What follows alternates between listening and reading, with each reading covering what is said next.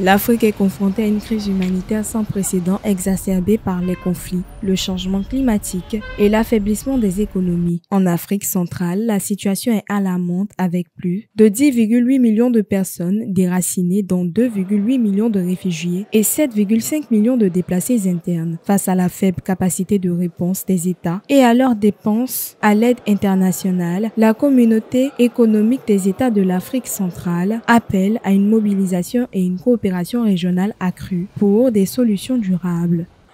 En août 2025, le HCR a estimé à 10 800 000 le nombre total de personnes déplacées de force en Afrique centrale, comprenant 2 831 919 réfugiés et demandeurs d'asile et 7 512 396 personnes déplacées internes.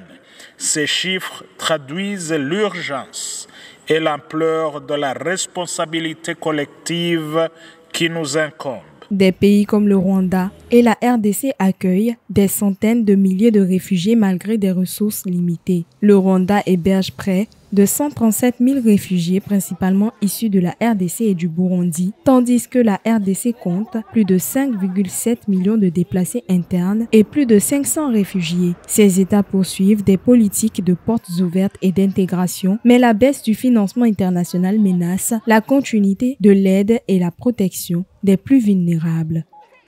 Mon gouvernement s'est résolument engagé à explorer, en collaboration avec les pays d'origine des réfugiés, les voies et moyens pour rechercher les solutions durables en faveur des 10 réfugiés qui manifestent la volonté de retourner dans leur pays. En revanche, la République démocratique du Congo s'est investie dans la recherche de la paix dans l'est de notre pays. La diminution des contributions des bailleurs internationaux fragilise directement les programmes humanitaires. Les pays africains appellent à un renouveau du partenariat mondial fondé sur la responsabilité partagée et la résilience communautaire. Face à la multiplication des crises, seule une coopération internationale durable peut garantir la sécurité, la dignité et l'accès à des solutions pérennes pour les réfugiés et déplacés. Soit lent.